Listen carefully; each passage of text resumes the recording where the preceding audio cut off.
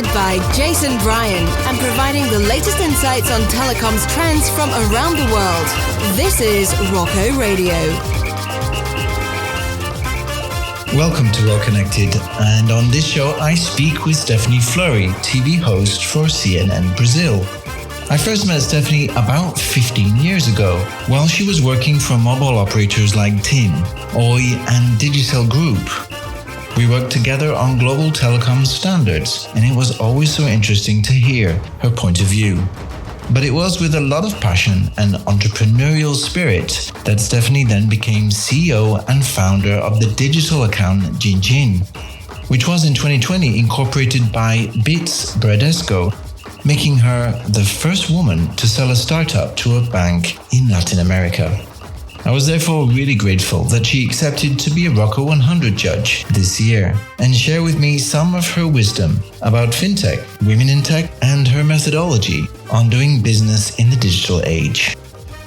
People would say, oh, let's just put an innovation new area in the company and that's that. And that's not about that, right? It's about how you understand people as employees, how you understand people as customers, how you understand their journey, right? How they are buying, how they're consuming services, and everything is changing.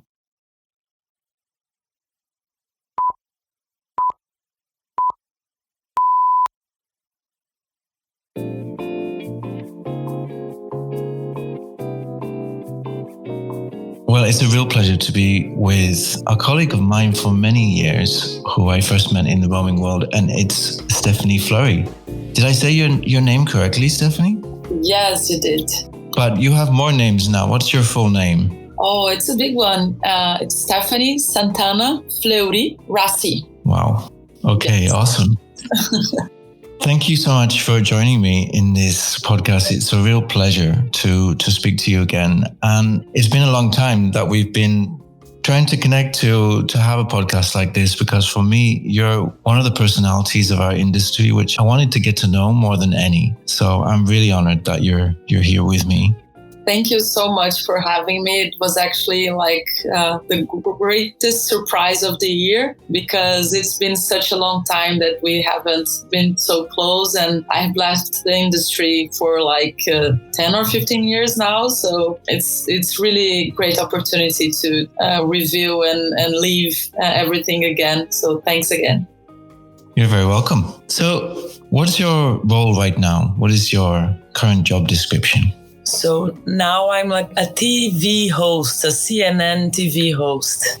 You know that when I sold my Fintech, it was actually a big buzz around, because it was like the first time a woman selling a startup to a big bank. Actually, a first time to sell a Fintech and a startup to a big company.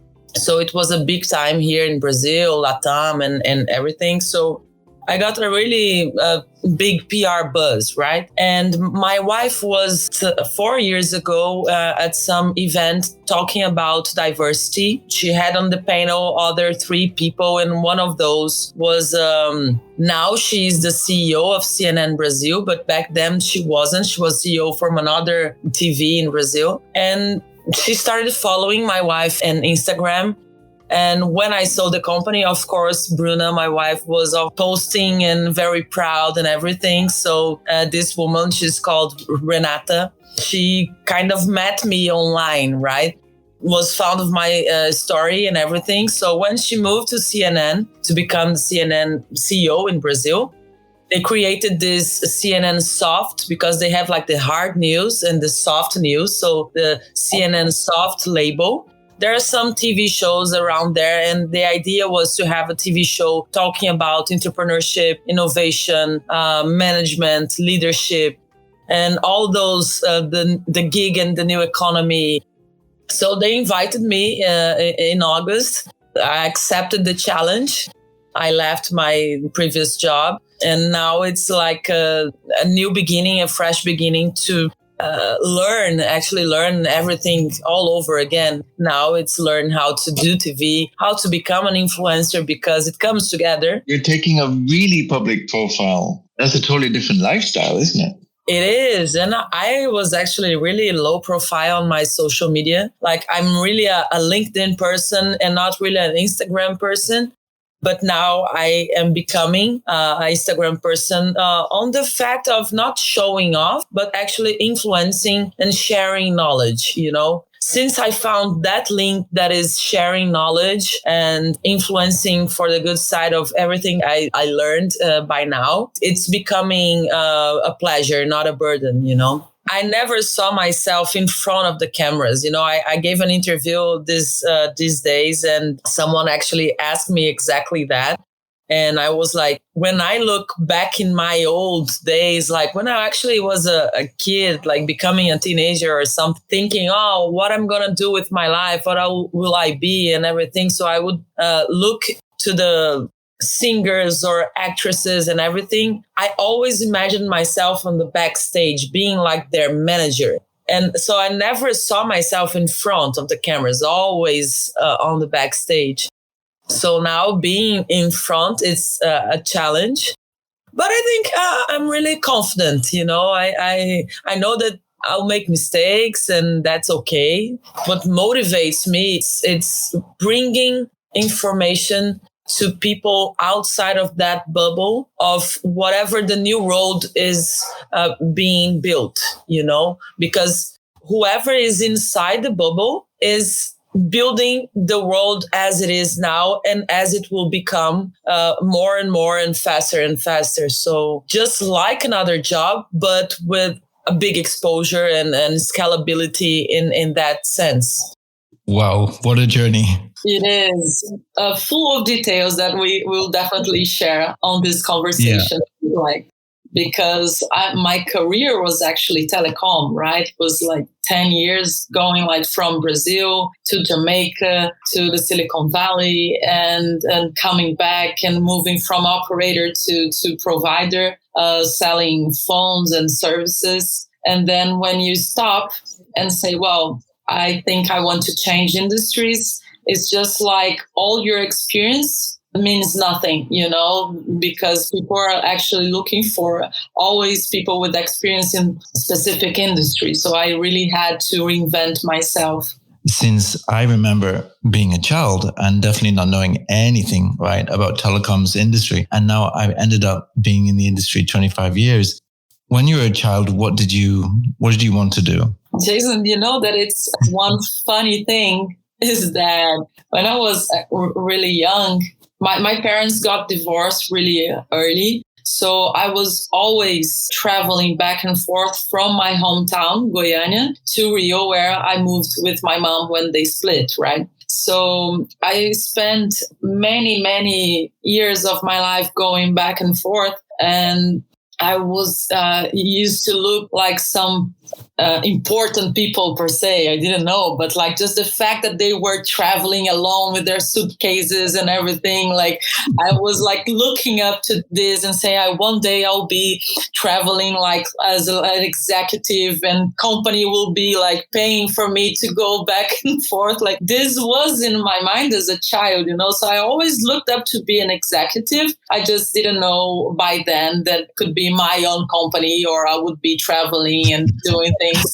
with employed by a big company, And actually, it happened both ways. We met when I was in the roaming business, right? So it's because I used to roam since I was a kid, roaming around. When I first joined the telecom business, a lot of traveling, better. And it was actually, it's not like a dream come true, but like it was like, okay, this is what it looks like, what I thought since I was a child, and it fulfills me really until today when I go on a plane. So I have a meeting or a conference or whatever, not only traveling by leisure, but when I'm doing that, I see myself, When you were a child, did you go to university? I did, and I was too young. I started university, I was 15, and I graduated, I was 19. And Wow. again, I always knew what I wanted to do. I just like selected one college specific and one course like business administration. And that was it. So, and I passed the exam. I started as 15. I stopped like 6 months. So I went to UK to study business English. Did you really? I Wow. did. I lived in Cambridge and Brighton. Great cities. Yes. Until today, I regret that I didn't go like 6 months before or something, because I arrived in Brighton, I think 1 or 2 months, I guess, like just 2 months after Fatboy Slim with that concert on the beach, and I was like, I can't believe I missed it. But yeah, this was like 2002. Then I came back. My English was like really, like sharp. Then I went to an interview in Team Brazil for the finance area, actually. And I didn't pass on that. And they called me and say, well, there is a spot here for a person with your profile on the roaming team. And I was like, roam what? And I had no idea what roaming was all about. I was like 19 years old. And I said, well, okay, let me get it started. And it changed my life, actually. Like, it was really a specific thing to do. Not many specialists in the business. Back in the days, we were like overlaying from TDMA to GSM. So go figure like how specific it became, right? That I became a specialist on that as well. And that's actually how we met, right? GSM Association events and involving actually myself with those themes. And I met a lot of people and definitely changed my life for good. For me, at that time when I met you and we were working together on GSM Association standards, it was great actually to have a voice from South America, because there was hardly any. There wasn't actually anybody who was giving that perspective. So we're really fortunate that you were there and you could bring some insights from the region, because I think it's really important that we have this inclusivity, when we're talking about how we're going to move forward the entire global standards. So I remember your contribution very well. Yeah, and that I didn't have the conscience back in the days. Maybe too young, or maybe because nowadays we are talking more about inclusivity, right? So back in the days, my perspective was, whoa, they are far way ahead. So I have to bring this back home, So, and of course, one of the things that I had the conscience back then is that I was part of building something that was being built as we were doing stuff. So all the barge meetings, all the negotiations, and like we were actually the invisible people to the world that were actually building the telecommunications that we have today. And people will not know us, but like the fact that we know that we had like a small part on everything we do now, right? Like if you imagine like international roaming, how it was really different back then, and everything we do today is based on the smartphones we use. So I feel really, really proud from those days. And actually my part was really small compared to yours, but in any case, I feel proud.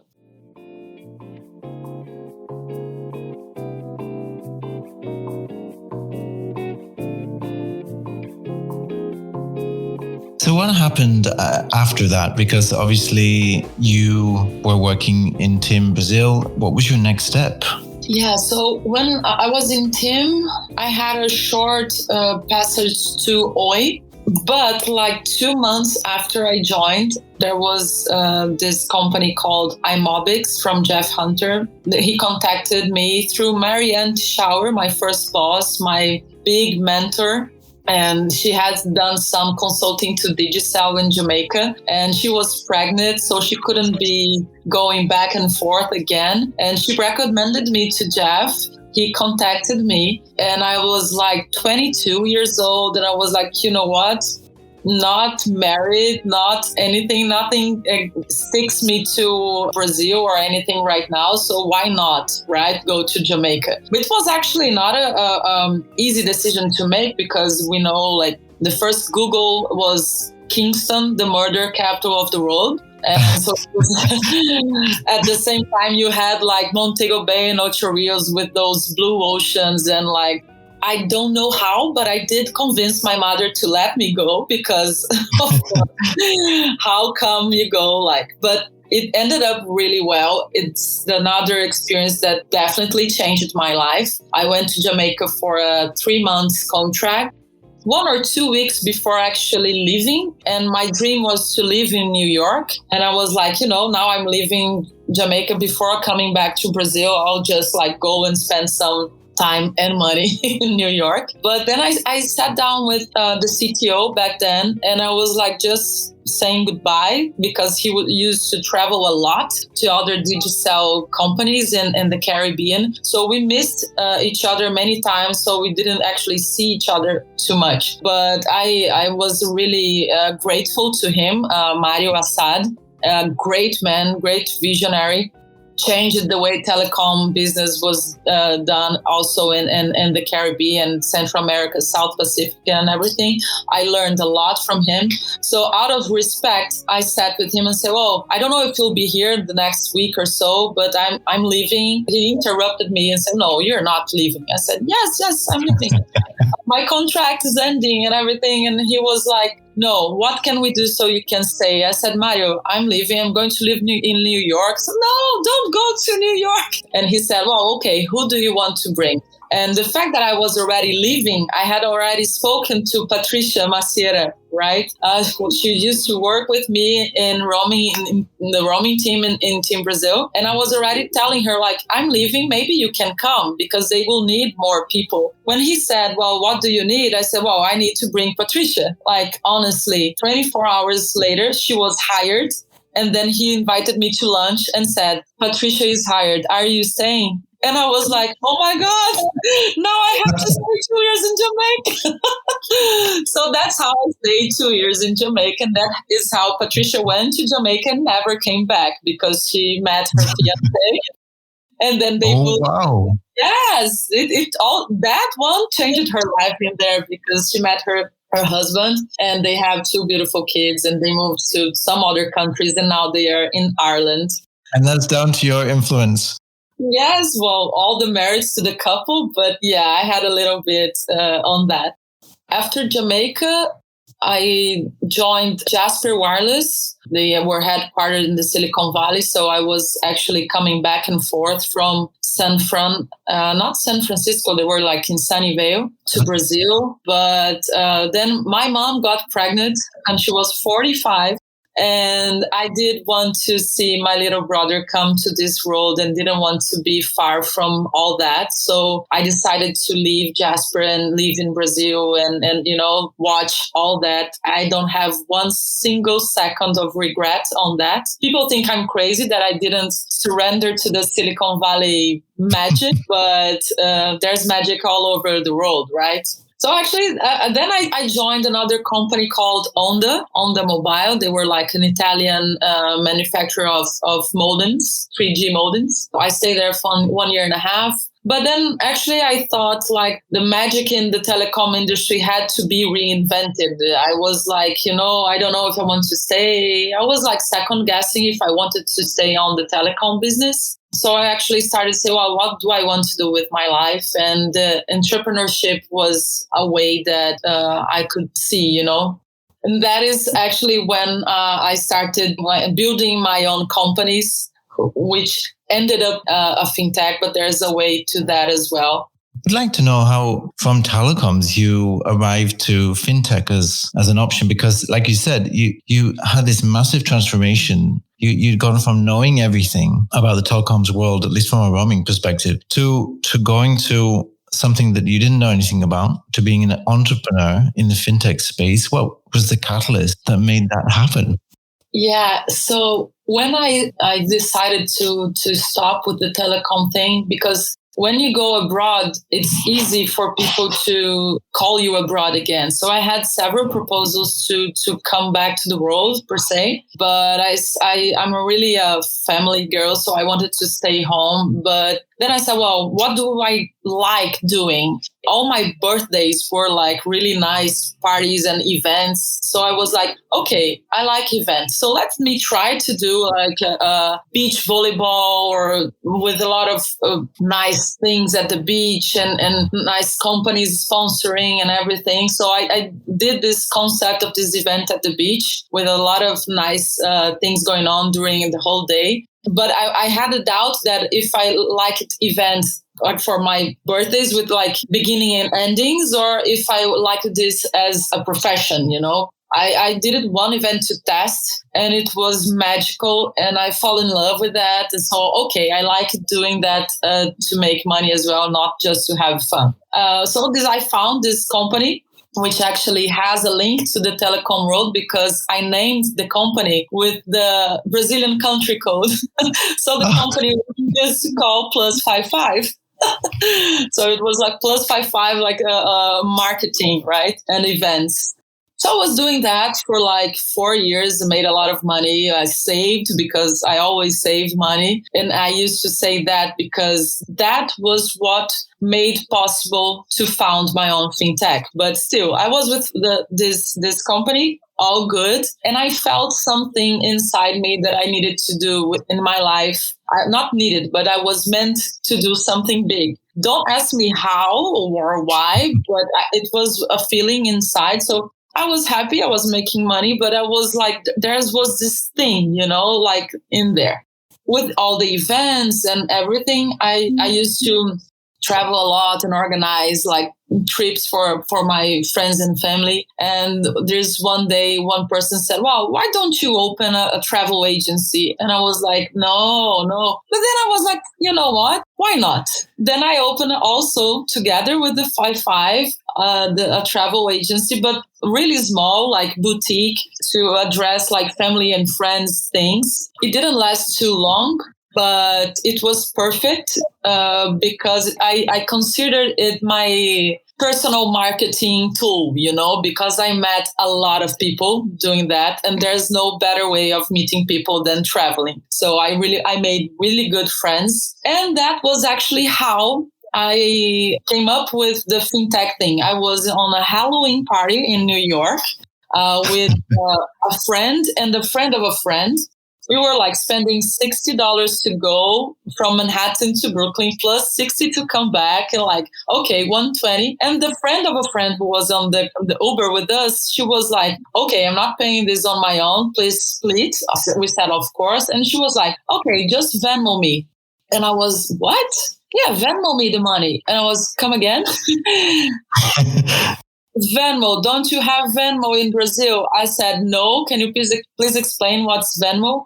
And then she said, well, this is an app that you can transfer money to friends and family with a one click and everything. And those words were like music to my ears because the fact that I always planned trips and shows and everything to my friends and I always pay in advance, charge those people back was a nightmare in my life. So I was like, okay, that's a really nice thing. And it was also a social network. People would like and comment on the payments. Like, Jason, I fell in love with that. And then that feeling that something was missing in my life, just, bling. I was, okay, I found the project of my life, what I'm going to do for life now. So I came back to Brazil like November 3rd or something, just after the Halloween. This was 2015. And I started searching, Googling, researching. Then I came, Venmo is a fintech. Nice to meet you, fintech. I had no idea of the expression. I was always like a early adopter for many things, like a kind of geek freak kind of girl, but I had no idea what UI, UX, CAC, LTV, VC. I had no idea of any of those. So I was an outsider completely. I was not fin because I was not from the financial world. I was not tech because I had I didn't know any person who would actually code or develop or anything. I decided that it would be called DinDin. I registered DinDin, the domain, 1 month after. And the friend of a friend on Uber became my co-founder. I met her on the Uber dressing like as a Spider Woman. That's how it all started. She would send me prints from Venmo, and we would just like copycat, they were blue and white, we were green and white. But the beauty of all of it is that, of course, it was initially a copycat, and I'm not ashamed of saying that. But when we brought it to Brazil, the problems being solved by Venmo in the US was one, and there was no market for Brazil. So that one, we had to pivot. So it was just a way to start. And then we had to do like a lot of pivots, a lot of changes. I fell in love with another problem, actually, serving the banked and unbanked. Then you start searching and studying a lot. And I also involved myself with the association. I actually founded and was the first woman director on the first group of directors of the Brazilian Fintech Association, building from scratch. And I would remember my old days on the GSMA, Yeah. And how did you connect to the unbanked then? How did you get through to them or recognize even that there was a community of unbanked? I had Juliana as a co-founder. Then Bruna, another friend who was actually from the financial world, she joined the team as well, part-time, because she used to work for Santander. My recruiting for a CTO was actually fun. The first day the app goes to the Apple Store and Google Play, there was this guy making like a comment saying, "Oh, it's a good idea, but the app to be good has to improve a lot." And I was like, man, that's one day, But I Googled him and saw that he was a developer. So we reached out to him on LinkedIn and said, well, you know what? We know the idea is good. We know that it has to be better. By the way, we don't have a CTO. Do you want to come and join us? Blah, blah, blah. And he was there, and he's now, he became developer, CTO, partner. He made the exit with me, Renato, his name. But this was like the foundation of the team. Of course, many people joined us after all. But reaching out the unbanked and underbanked is actually really difficult. Those people are not sometimes really connected, right? So they have a smartphone, but sometimes not much connectivity or not much storage on the phone. So we had to actually go to the street. So we would partner with companies that were dealing with that personas, so we would like B2B2C trying to reach them. It was actually easier to talk to one company that had like 5,000 employees or one association or cooperatives that have, So that is how because I didn't have much money. I was bootstrapping all that saved money back on the old days, putting a loan on the business. So I had to figure out economic ways to grow. It's incredible for me because we all have these things that we think, oh, why isn't somebody invented that? Or why doesn't this exist in my country? But it takes somebody with a lot of passion and a lot of bravery to kind of take it to the next level and say, I'm going to invest my savings and I'm going to invest my time, 100% into making this happen. It's an incredible story. It is. And, we used to say that ignorance is a blessing, right? Because I would never say never, but it's very unlikely that at that time I would consider to build a new telecom operator, right? Because I was from the business and I knew how hard it was. And then you say, Stephanie, you're being naive because banking is probably worse, right? And of course it was, but I didn't know. So that's what I'm saying. Like ignorance was my perfect blessing because I didn't know how hard it was, how money consuming it was. So I just started, and I said, well, then when you start, you say, well, I already started now. I might as well make this work. And as you said, it's not only about money because you're investing your time. And I was almost 38 now. So when I started, I was like 32. So it's like a really important phase of your life that you're actually consolidating any career, right? And I dropped everything and I started. So this has to work. I have no other option, because if it doesn't work, I'll be like 5 years behind people. It's also one thing that is too much pressure, but because it's okay to fail. And I had put too much pressure on myself, saying like, oh, I will be a failure, because my startup might bankrupt and everything. And people will look at me, because especially in Brazil, and of course, women, and we'll touch that afterwards. But in Brazil, different from US and here, like failure, it's doomed. But it shouldn't, because we learn. It's really a thin line, like dividing success and failure. But the amount of experience that you get, it's the same, sometimes even more if you bankrupt. So it's a pressure that now if I decide in the future doing something, of course you can say, oh, but you have succeeded already. Yes, but then you have succeeded. The expectations that you don't fail is actually higher. I'm working on not having that pressure. How did it come to the point where Bitz knew about you and wanted to buy your company?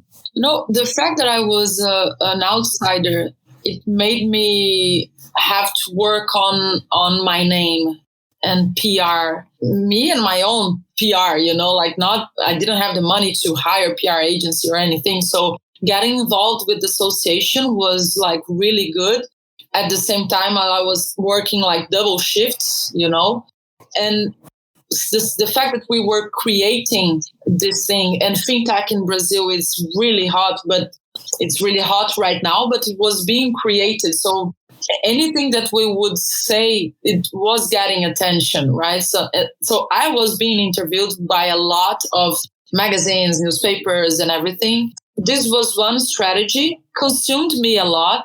Consumed the company time a lot, but made us being visible since I was not the fin or tech.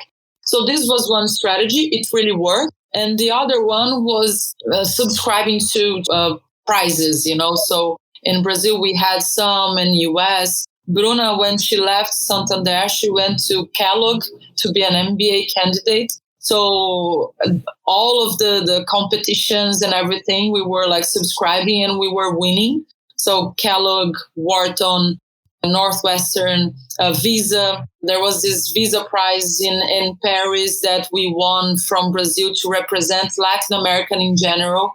So it all gave us visibility, So when Bradesco decided to have their own digital wallet, so a new brand to address some people that they were not addressing with Bradesco brand and products, when they decided to launch a digital wallet, they said, well, we might as well acquire one and then go from there. So, of course, if you're visible and people are seeing what you're doing and you're doing it right, like Bradesco is really well known in Brazil as a company that like you have to have things straight. You don't have one single flaw, and the fact that I had like a entrepreneur life before, all the papers were okay, everything, all the numbers, the company was like, really well managed on all sides of it. That made us the perfect option for them. And that's what happened. But like 1 year negotiation, really hard. It was written. That's amazing. They kept you on because they wanted to keep that presence, because you have established yourself as, a person very visible in the fintech space. Yes, there's a lot of things, right? For a company like Bradesco, there are a lot of things involved in that kind of acquisition, right? So it's part of innovation, leadership, like women, know-how. So we were like 5 years on the business already. So it's acquiring the team as well. So you jump on the learning curve. I was with DinDin on point of scaling up. Right. So, of course, our decision as well to sell, and we sold 100%. okay, this is really, it's not ignorance anymore. Now we know that it's very cash burn business. We were going through an investment round. Either we went big or we went home. And to go big, it would be faster, of course, if we plugged into one of the biggest banks in LATAM. During the negotiations, because it would last long and they would have to launch, we know that it wouldn't be called DinDin anymore. We know that it wouldn't be green anymore. It will be like black and pink. It's a decision to leave your son behind and embrace another one, you know. It's a tough one, but like it's at the end of the day, it's a bit of ego, and it's okay to be. We built it, so of course. But then again, like the passion behind is to see people using it made us so let's go. And we are now like almost 2 million users and going up. So it's been a really good journey as well. Letting go of what is effectively like your child to somebody else, and it's a very difficult step. You nurture the company. Every decision you make is going to influence how that company is perceived in the market. So, very big step.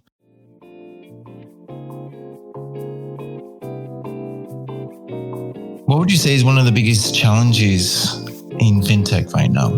You know, one thing that I used to say is that the telecom operators should have been the first fintechs in the world, because they already had the base of clients and the big ones and data about them and everything. So actually, and the challenge is actually having those big base of customers, having them using on a recurrent basis, just like they use their phones.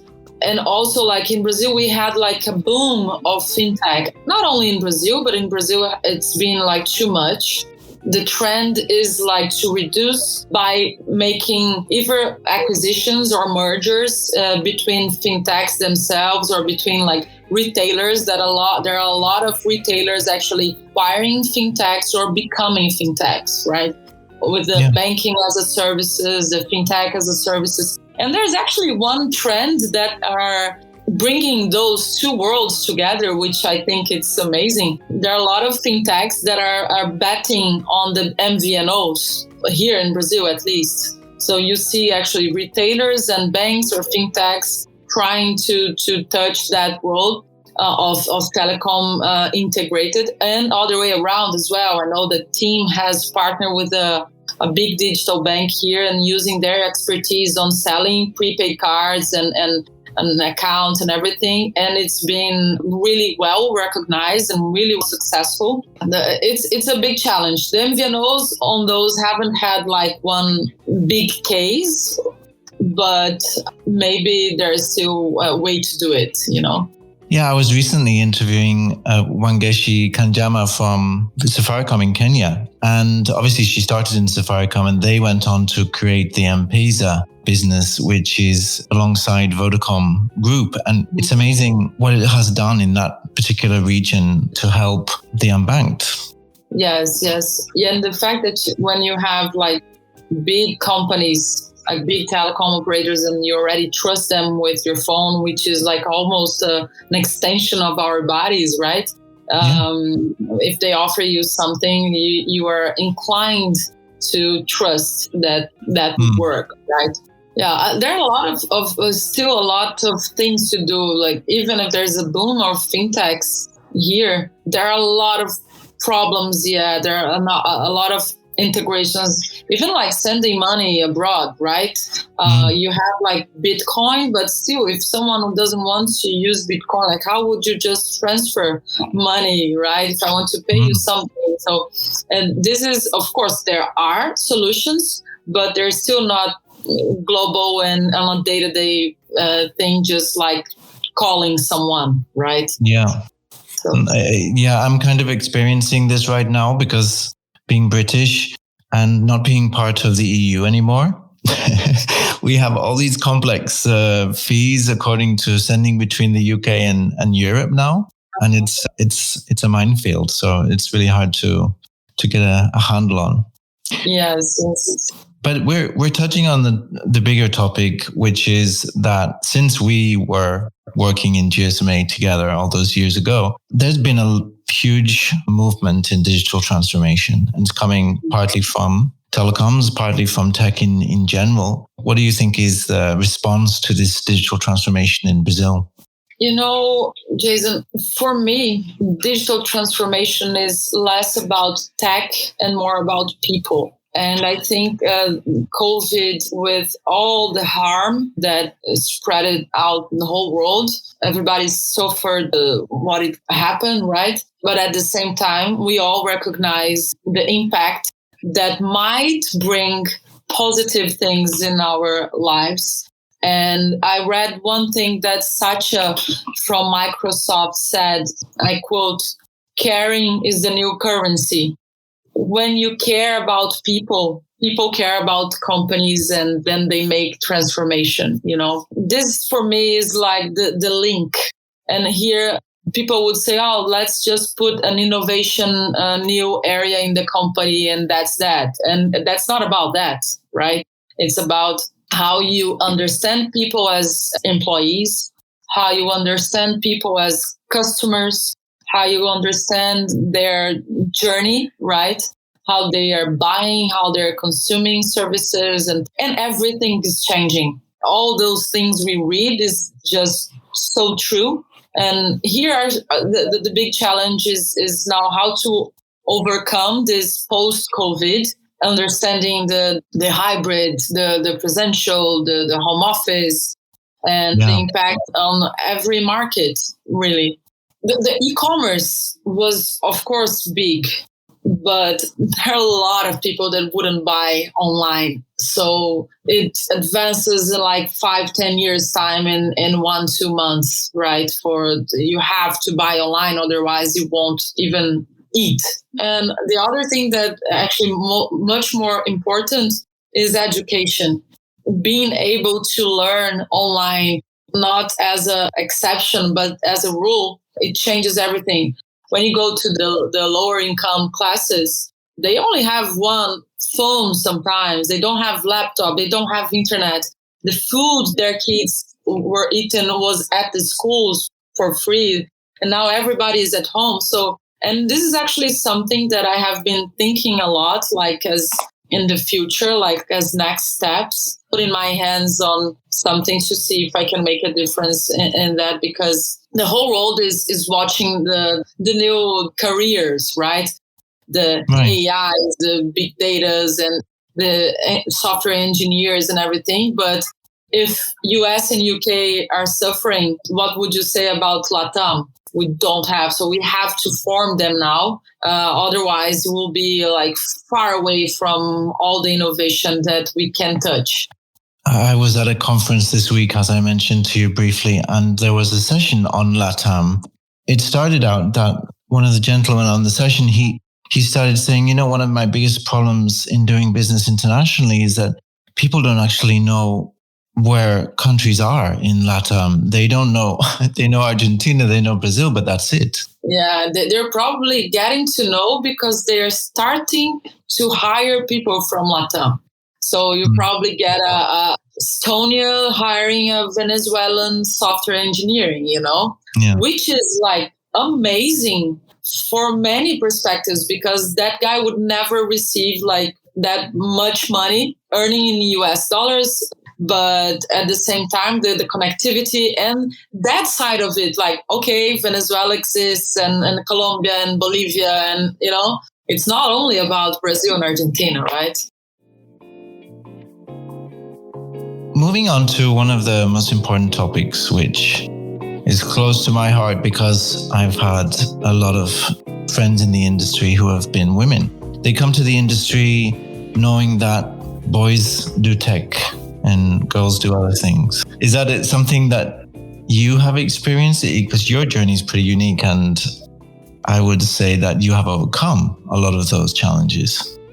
At the beginning, like being on the telecom business, as many others back in the days, it's been almost 20 years, right? So all the markets you would say that were very masculine. Then again, in telecom, much more. Of course, I would only realize on the conferences, on the events, and you're the only one with skirt or you are the only one with long hair, then you realize you're not wearing suit. I said, wow, it's like I'm in like Ocean's 11 kind of thing, you know? It took me some time to see some problems, some issues, some little issues I never faced, like, during telecom, no sexual harassment or anything.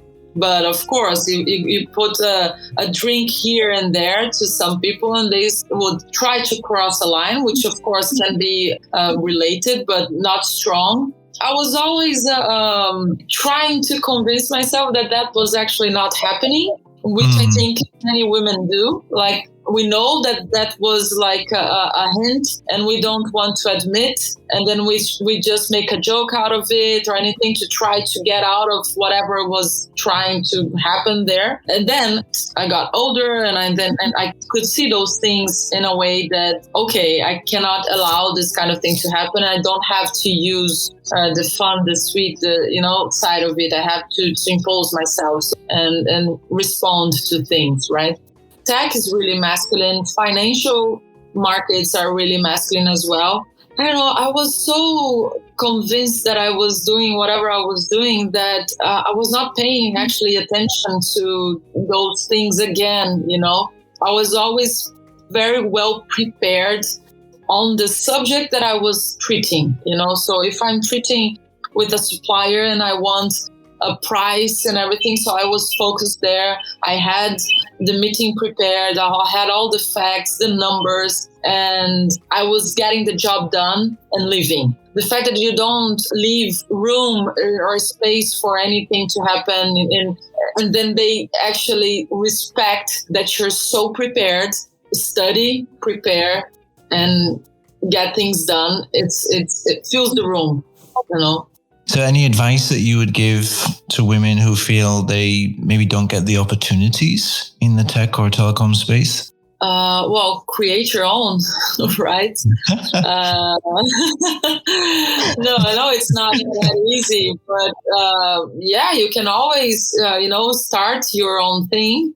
And again, studying, I was completely outside of everything, and I could only do it because I studied a lot and because I networked a lot. The roaming thing really made me as a networker. You had to, and not only you had to, it was really fun to roam around with all you guys, but it's all about networking and relationships, right? So one thing that I learned when reading the biography of Sir Richard Branson was, if you're given an opportunity, take it and then you learn. And this has actually guided my whole existence, And it's not that people gave me an opportunity. I invented the opportunity and took it. But on the way, I had some people that gave me some opportunities by wanting and trusting to buy my solution. And I was actually not ready. I had to build the solution I was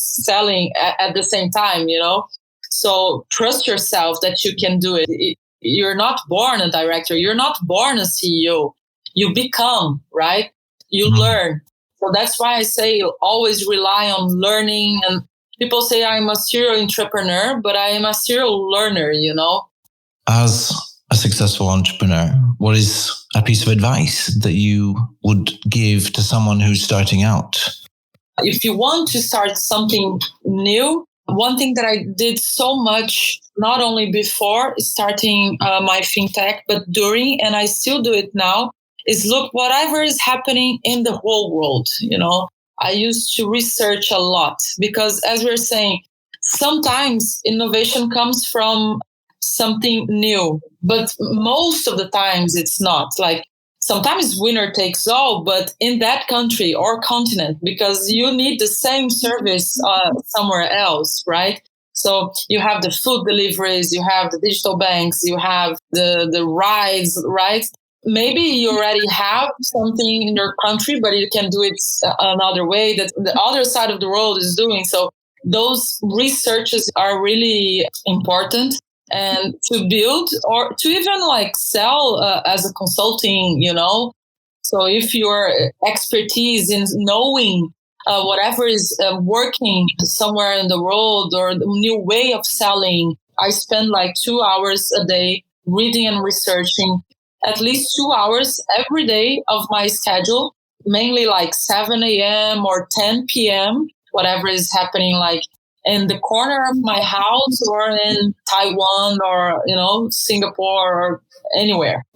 We should be masters of nothing. We should be always learning. We should be always developing our skills. And networking. Networking. Absolutely. Hugely important.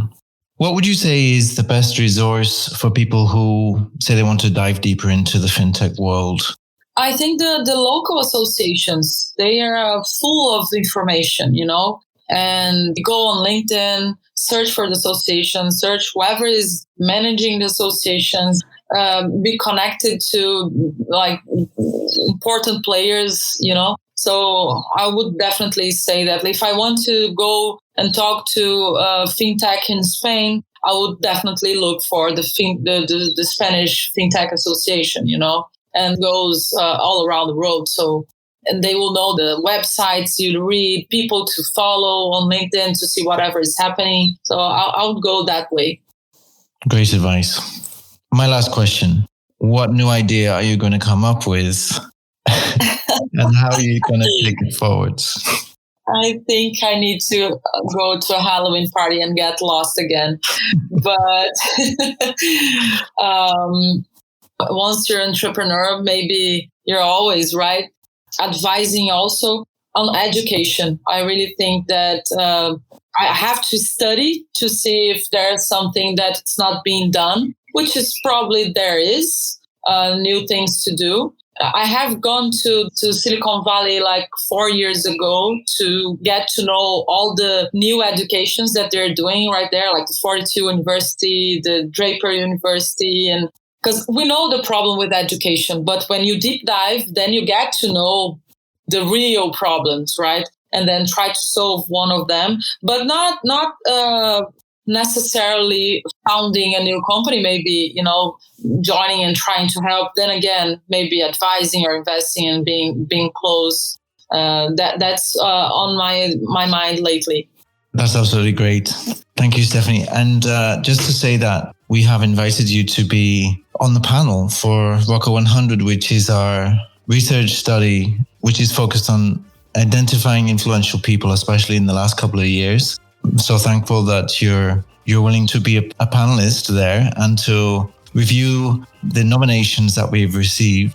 Thank you so much. Thank you so much for having me, for inviting. It's like I told you this once and I repeat it now.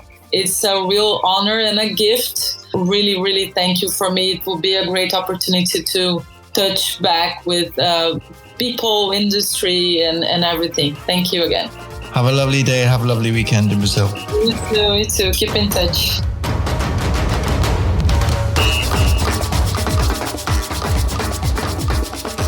We hope you enjoyed this podcast. Look out for more in the Well Connected series coming soon. This year, from the 16th to 18th of May, ROCCO will host our annual innovation event, Genesis. This year, the event is live and includes our Road to 2030 symposium. Lions Den, where industry vendors will present their latest innovations to the MNO Lions. The ROCCO 100 Top 25 will also receive their awards at the Visionaries Gala. There will be training, networking time, and a chance to catch up with old friends. We hope to see you at the event, so we can all get back to doing what we do best. Until next time, this is Jason Bryan, and you've been listening to Well Connected from ROCCO Radio.